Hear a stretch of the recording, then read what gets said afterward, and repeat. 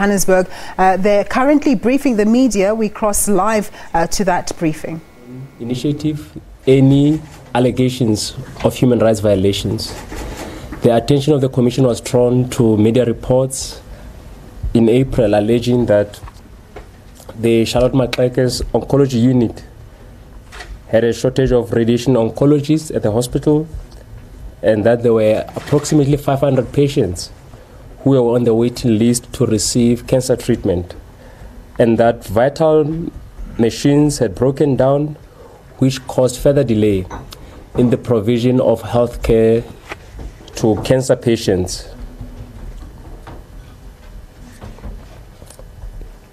Subsequent to this, based on our preliminary assessment, the Commission determined that the right to health care, Section 27 of the Constitution, the right to life and the right to human dignity are implicated. We then undertook to set up meetings with the hospital. We dispatched an allegations letter, and we also requested to conduct this site visit to verify allegations that had been made against the hospital. The purpose of this investigation was to establish the correctness of these claims made in the media reports.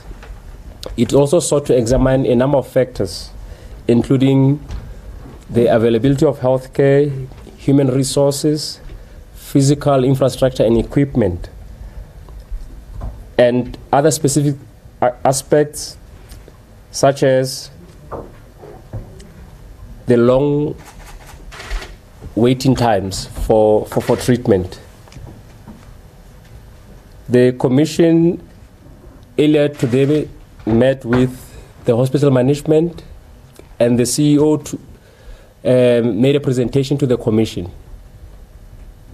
The presentation in the main responded to the allegations that were contained in our letter that was sent to the hospital. Following the presentation and having discussed with my team of investigators, the Commission is satisfied with what we have observed thus far, but we will continue to engage with the hospital and make a follow-up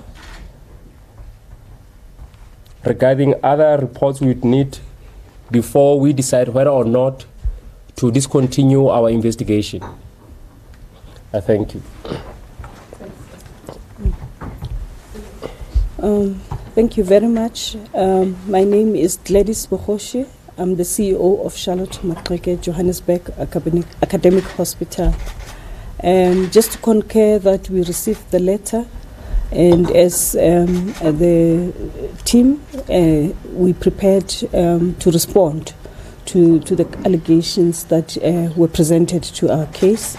I wish to thank the Human Rights Commission for bringing these allegations to our attention so that we can have a right to reply and explain the issues, which we did with the presentation. And as has been alluded, that obviously they had further questions to us where we had to explain ourselves, and that's what we did. And hopefully at the end we will be able to agree on timelines to submit further documentation that they had requested from us. Yeah. Thanks, Susan. We'll open the floor now for questions. To all the media houses that are here. And please remember to introduce yourself and the media house you are representing. Yes, sir.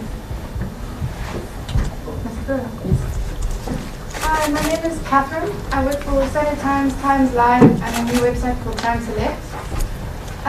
My question is, well, two questions. One, I have on the record that Siemens is somehow not involved in radiation machines in South Africa anymore, and it's quite difficult to access some of your linear accelerators are Siemens.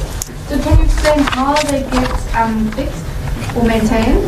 And also, I spoke to the Radiation Oncology Society, I think it's called SAS Group, but I spoke spoke to Professor Raymond Abraat from UCT on behalf of the society, and he said there was definitely a waiting list in Johannesburg, and there are shortages of radiation oncologists and a bit of a backlog there, partly I think with the patients from across the country coming here. I mean, is the society telling the truth?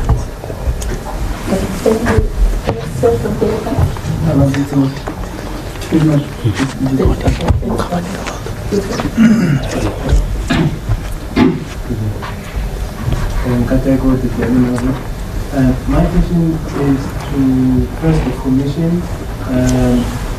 If I'm not mistaken, on the 4th of June you visited the Sisiko Hospital. What were your results on that visit? Would it be possible to have a look at the presentation that the hospital made to the commission? That's my second request, question. What is, when a patient comes in to the radiology department, what is the period or time frame from them being admitted and then being released or helped? Yeah. Okay, you mean radiation oncology, not radiology. Radiation oncology. Yes. Okay, thank you. Okay, let's take the last one and then no further questions. Okay. All right, let's go ahead. Sasha Naidu from SABC Radio News. Just a question to Mr. Jones as well as the CEO. Mr. Jones, you came here on allegations that there were severe backlogs and so on.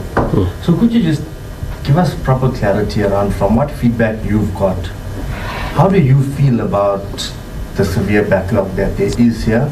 What do you think should be done in terms of addressing it? And to the CEO as well, could you just give us proper numbers that you have as to what exactly the backlog is sitting at? And when is it likely, or when do you hope that you will have procedures in place to actually lower this high numbers? So we'll start with the CEO. And Professor Sharma and Dr. Okay. Let me start with the easy one. The presentation will be made available to yourself. And unfortunately, we can email. I hope our communications person has your email address or a way of doing it. You want hard copies? We will email. Yeah, we're smart. Yeah. Okay. So the information is for yourself. We tried to explain to the commission about the waiting times, and I just want to go to the page of the waiting times. We treat different cancers in the hospital, okay? And if you look at the numbers, right, from April to May the 30th, we saw 3,189 patients. But we tried to break them down into different cancers. In terms of breast cancer, we saw 1,313. The gynae, we saw 1,508. The lung and the head, neck, we saw 368. And that brings you to this total. But out of that 3,189, 733 were new cases that have been diagnosed and have been referred to the department.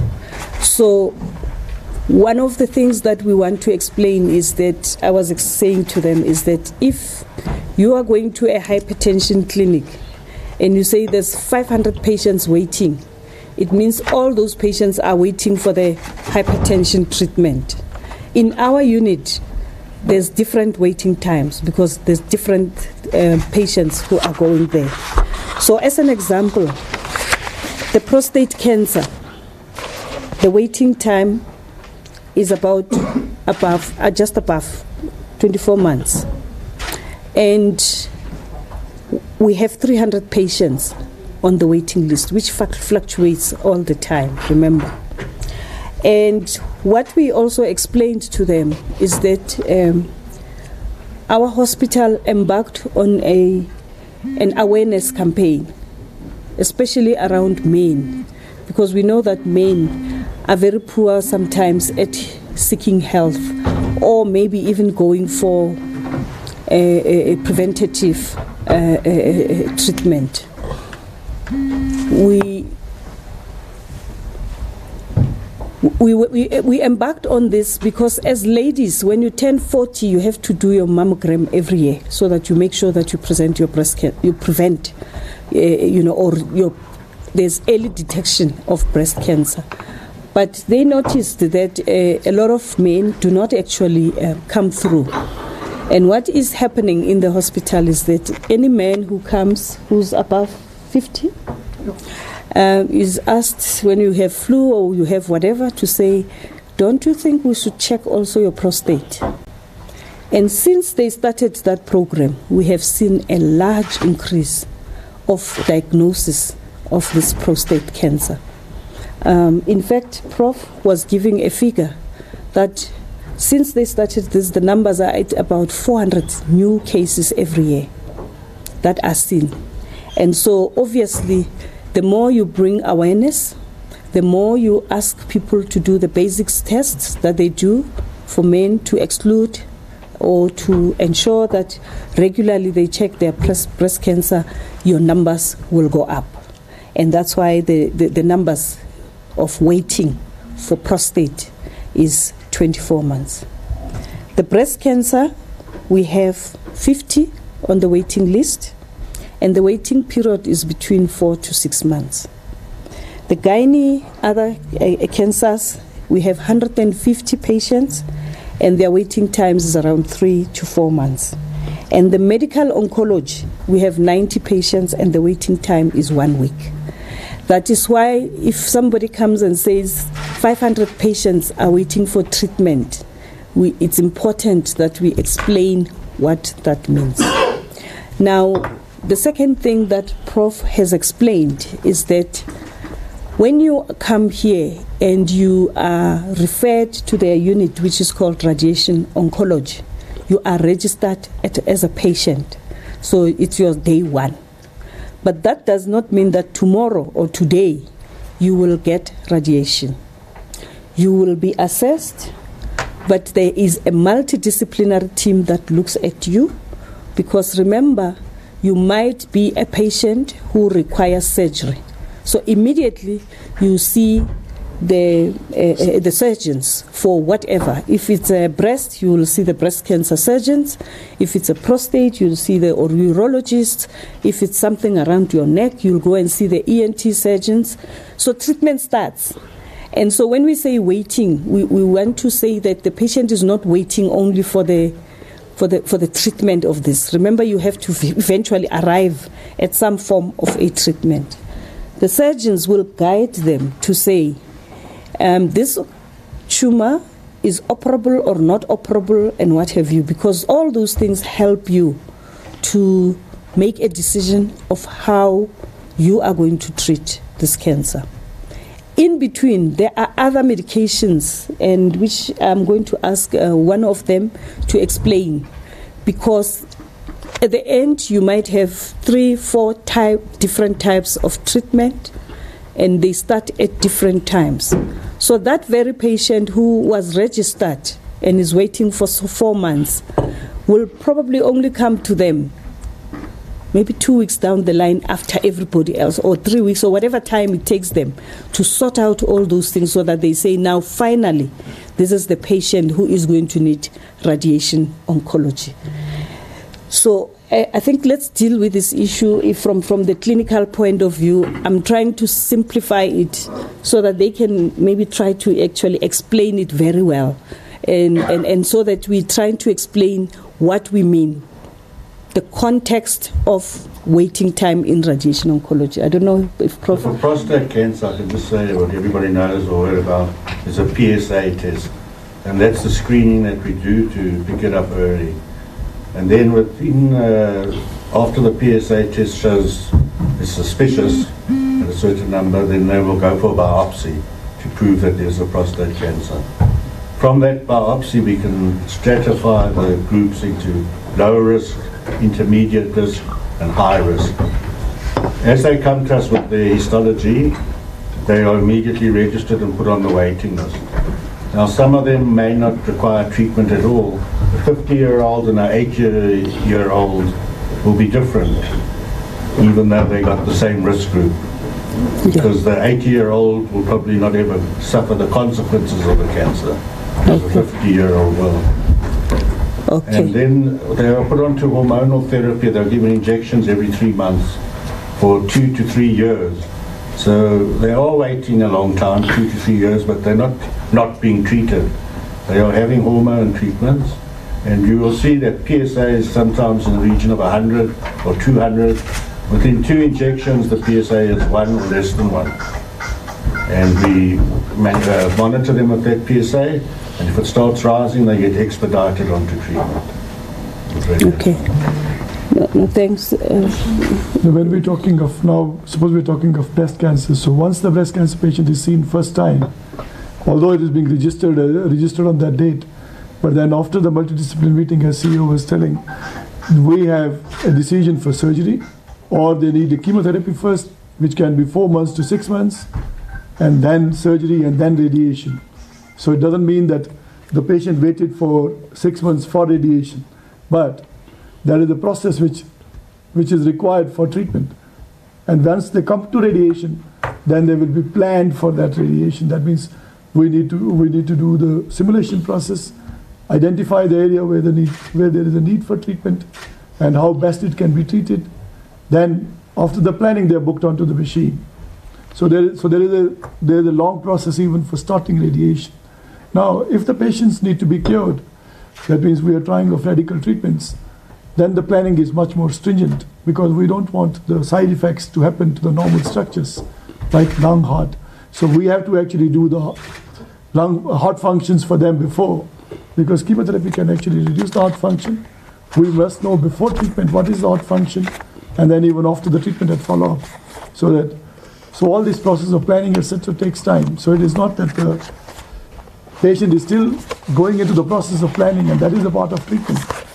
So ultimately that is the whole time, which can take 4 months to 6 months for some patients. But for some patients, if it is not required like that, like those who require urgent treatment, they're actually treated either on the same day or within a week. So there is a big range. So what range the CEO is talking is mainly for the radical treatment patients. It is not for where we just want to stop bleeding or something. Those are done actually in the same day or within 1 week. So that is why these things are variable, and it all depends on the number of patients who are referred to the center. And we are actually treating so many different hospitals, and it's possible for the surgeon to actually operate 4, 5, or 6 patients in a day. But once they go onto the machine, one patient actually occupies the machine for 5 to 6 weeks. So once that patient is completed, then only the second one can go into that slot. So it is not that all the patients which can be operated in one day, like 6 cannot be put onto the machine at the same time. Okay. So that's how this waiting list thing is coming. Who's going to answer the question on the Siemens? Yeah, let me finish with let me finish first. Yeah. The second question was about the shortages. We reported that we've got the 3 specialists here. And I really would like to say that we have very passionate consultants who are serving the public. And the reason I'm saying this is that radiation oncologists are highly specialized treatments that they give are a sought after human resource. They make a lot of money in private, and it's not easy to keep them in the public sector. And so it is not easy to attract them. And we appreciate them because they have been in this hospital for this long. We have 2 vacant posts.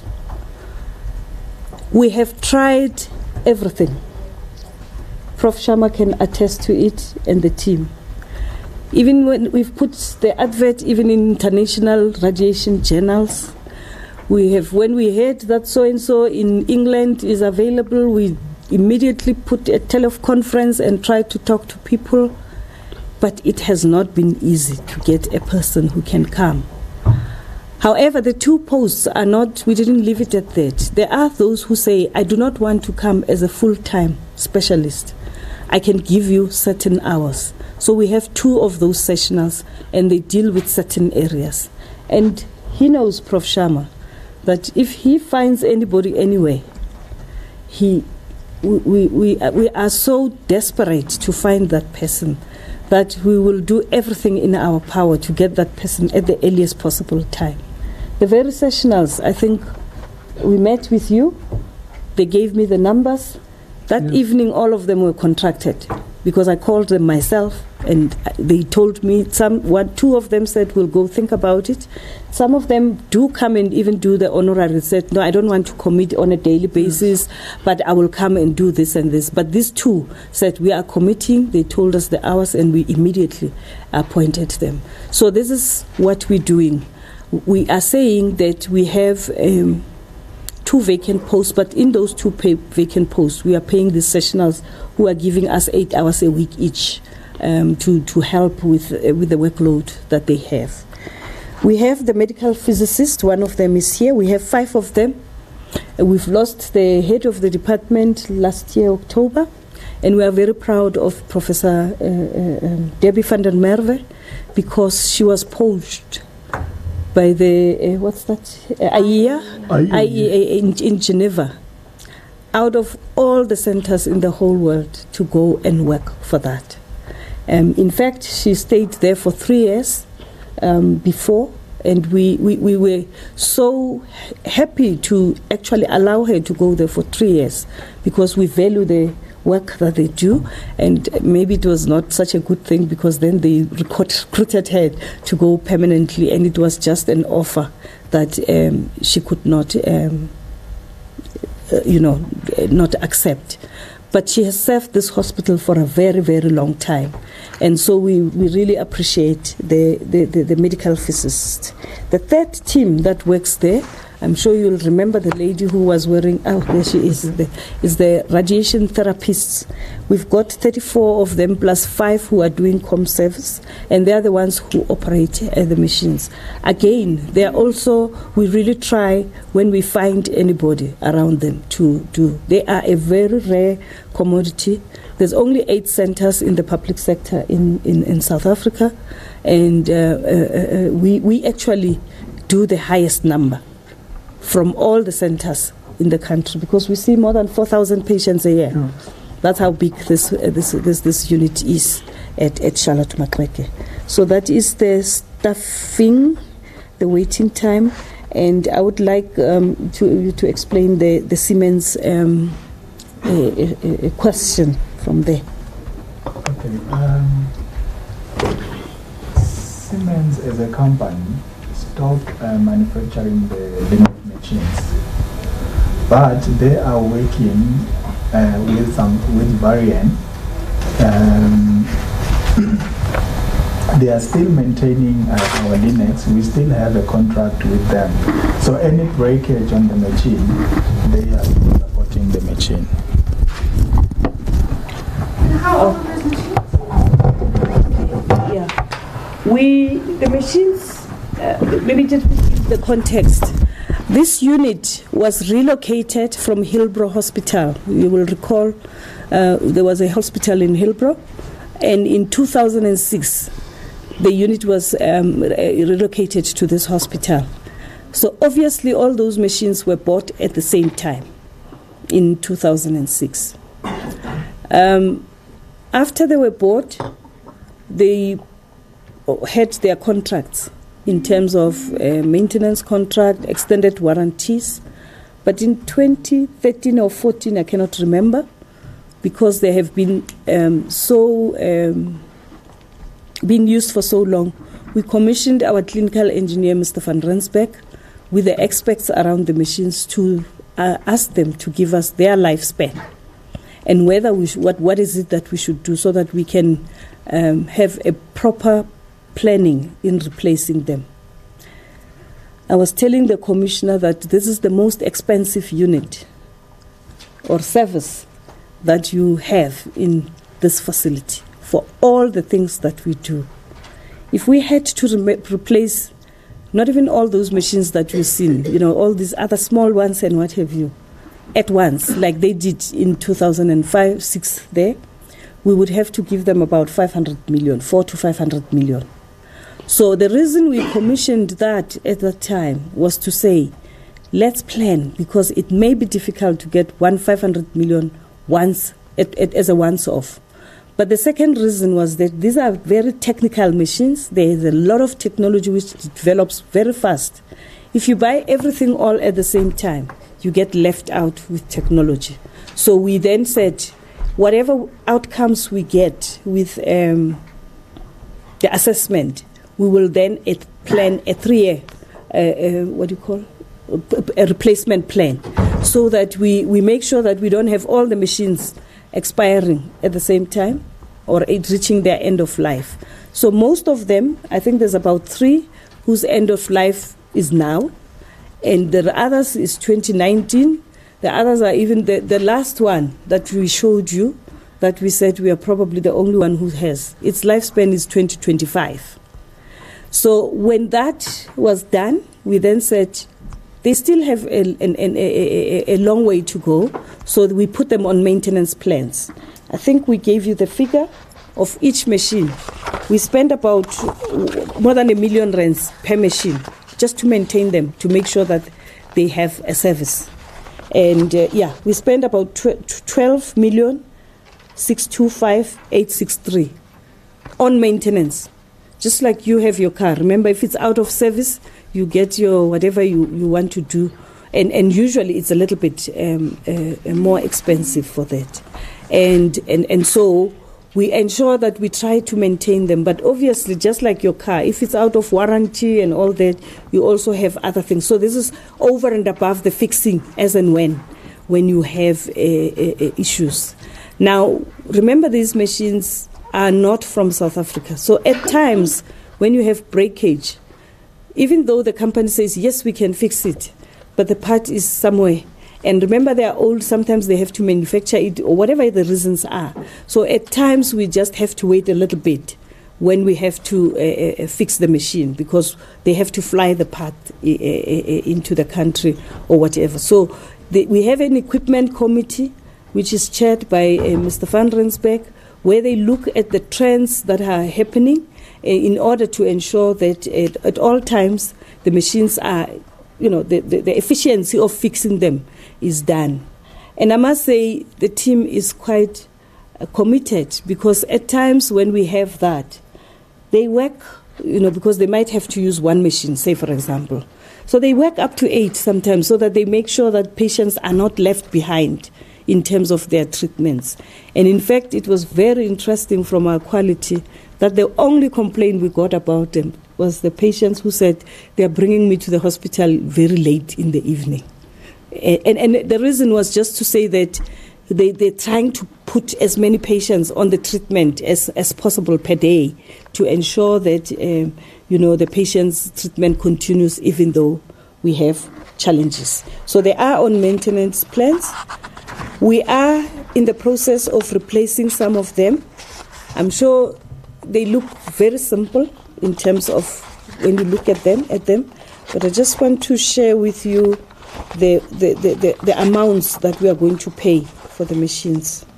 Which page is that? Yeah. Just give me a minute. I'll find it just now.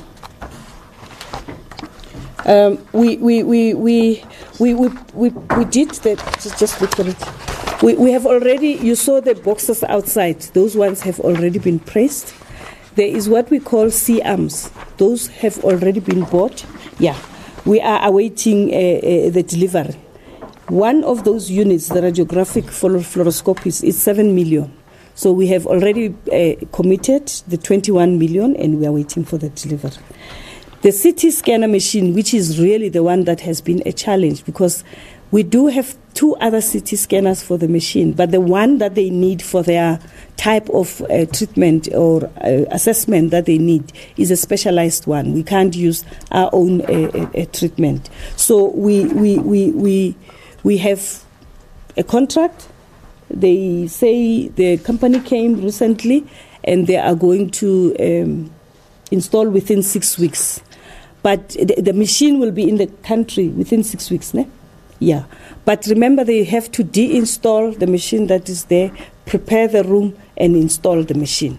But we have a committed company. So in total, for this financial year, which started in April, we are going to replace equipment to the value of 140 million rands. I want to just mention the linear accelerator, which in 2015, when we were looking at how much it costs, it was going to cost us about 45 million. Now in 2018, it's going to cost us 80 million. That's how expensive these machines are.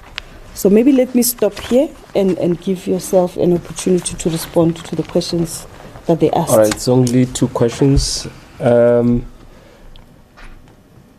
Steve Biko, I just want to correct, there was a media report attributed to the Commission stating that we will soon release our findings into allegations of health crisis at the Steve Biko Hospital. We have not yet made any finding against the hospital. We have already expressed that we were satisfied with what we were able to observe during our inspection on Monday. But we have expressed that there are a number of issues that we will still require further information. These are issues of concern to us. We want them to furnish us with their maintenance reports, their vacancy rate, and those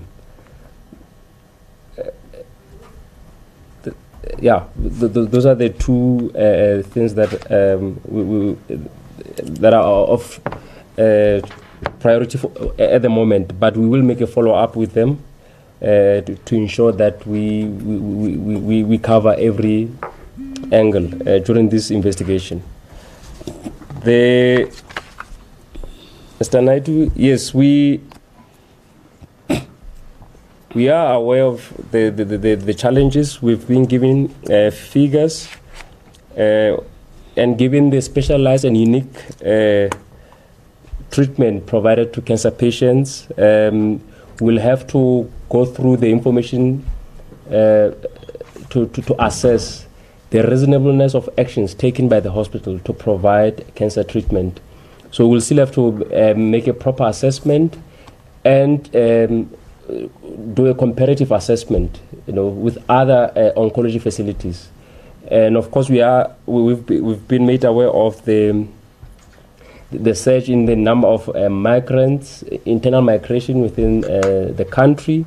A lot of people rely on the hospital for cancer treatment, and you service a population of approximately 5 million. People from 3 districts, from the 3 metros in Gauteng. So we are going to work with the hospital, and of course, like I said, we will send a follow-up correspondence to address some of the issues that we have noted, which we will require further clarity from the Commission. Yeah. Any further questions or follow-up? Can we answer your question, Catherine? No, I have a follow-up. Okay. All right, we'll start with, yes, ma'am. Khobuzo Modise from Eyewitness News. I just wanted to find out a couple of follow-up questions from what you've already said.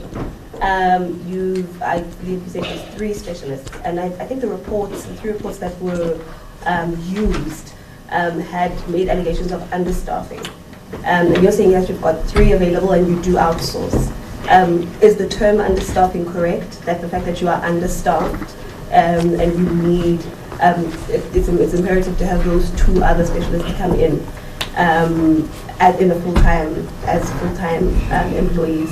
The second one is so you spoke about how 3 of your machines have now exceeded the lifespan.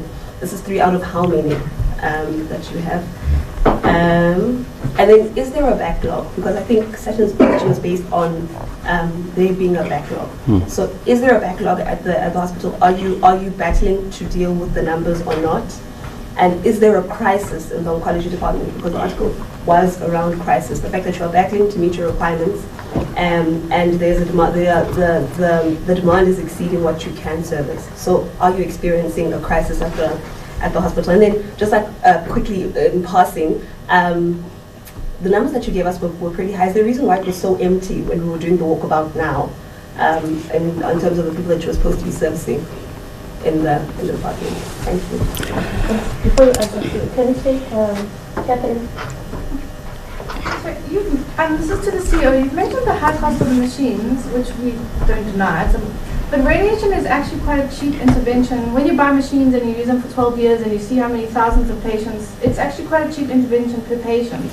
So, I mean, you can talk about the high cost almost as why you can't replace them, but I mean, they have a long lifespan. They help a lot of people. So per patient, they're not that expensive.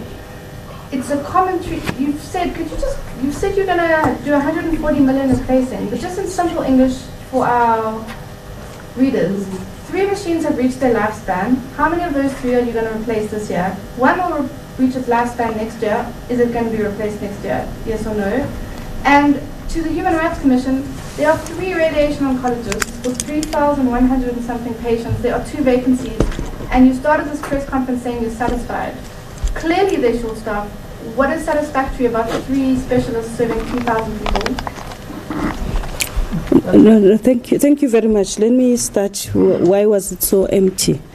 Remember that area has got a high radiation. When you know that you have visitors, you don't want people. That's why you couldn't go in some of the rooms. That could be one of the reasons. But they will explain. But the second thing is that some of these patients come from other provinces. They are here very early. If you come here at about 5 o'clock, you'll find that they have already arrived. But I'll give them a reason that they can explain why it was so empty. Understaffed, maybe just to try and touch on both of yourself. I am saying that we really would like to have 5 full-time radiation oncologists. And yes, they are overworked because they don't have the 5. However, I mentioned that out of the 2, we have 2 who are doing sessionals. So they are not doing the full 40 hours that each consultant will do. And as remember, I said there are some who volunteer. So we are concerned because they will get tired at some point if we don't get those. That's why I say if they call me and say there is somebody, we make every effort to interview that person or engage with the person so that we can get them. So the concern is the ability to attract the radiation oncologists in the public sector. But it's not only the radiation oncologist consultants. If you look at the migration of the health workers, you look at the nurses, it's the same. I think somebody was giving a figure about the shortage of nurses, especially in the sub-Saharan, because of the need in terms of the health care for many countries from there. So what I'm saying is that, yes, we are concerned that they are working being 3 when they are supposed to be 5. They only have 2 people assisting them as sessionals. And so I wouldn't call it a crisis because they are trying their best and they are working. And as they have explained, it's not only about the radiation that the patients are getting. There's also other types of treatment that anyway have to precede what they are doing. So it would be a crisis if patients were not getting any treatment whatsoever for anything. But I think the 2 consultants tried to explain, give a high-level overview of how they look after a breast patient and a prostate cancer.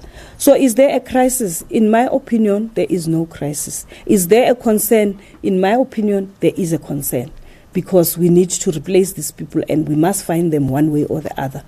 And if any of you know any of them who wants to come to the public sector, please make us aware.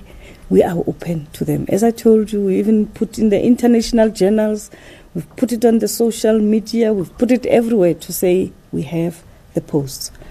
I think, let me give them an opportunity to explain how they work, because we didn't even go to the whole department, by the way, and maybe try to explain how you work. Why was it empty? Okay, I think maybe I can answer that. So radiation treatment is really not a cheap intervention. It's an expensive intervention. We try and manage the clinics. We've divided our work into 4 clinics. For 1 year, we were actually 4 consultants full-time, and we had 2 part-time consultants. The one has retired in April, which now has made us 3 full-time consultants and 2 sessional consultants. We have also, Professor Sharma has also requested staff to come on a for teaching for the students in the department. And in terms of the emptiness that you witnessed today, it was a day where we had a gynae combined clinic, and fortunately most of the patients were managed, and there are a team of multidisciplinary surgeons that come to the hospital on a Thursday morning. They come between 10 and 12, and they come from different hospitals in the province. So we have Baragwanath surgeons. We have surgeons from Rahima Musa, from this hospital, from all the outlying hospitals where they operate on cancer patients. They then come as a multidisciplinary team with our consultants, and most of the patients are discussed at that meeting. Following the multidisciplinary meeting, those patients are then booked onto different units and for different procedures. If there are emergencies, then they are immediately treated. If there are any bleeding patients, then they are scheduled for emergency treatments. In terms of the machine area that was empty, so patients come to the machines, they are scheduled. There are patients that actually go to work every day. Not all cancer patients are at home, and not all cancer patients are admitted into our facility. So many of these patients, they actually travel either from their personal homes or from their work environments. They're given a scheduled booking time. And that is why towards the afternoon, most of the treatments are done. And then following that, there may be ward patients that are then brought down in the afternoons. And then the ward patients get treated in the afternoons.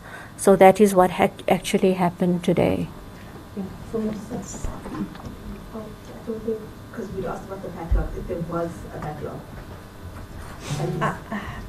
I'm not sure what you mean by backlog, because we've tried to explain in terms of how the waiting lists are happening. And maybe rephrase your question so that we can be able to try and respond to you in an appropriate, and we are on the same page. Okay, but so the understanding is there are patients that are waiting, that are not receiving the treatment because of a long list. And we are trying to understand from that article whether this is true, whether because of your staffing, there are patients that are not being treated when they should because of understaffing. We're asking if the term backlog is correct. Okay. I think, in my opinion, from what Dr. Rabin has explained, the treatment of a prostate cancer, and Prof. Sharma has tried to explain the breast cancer, there is no backlog because everybody is getting treatment of some sort.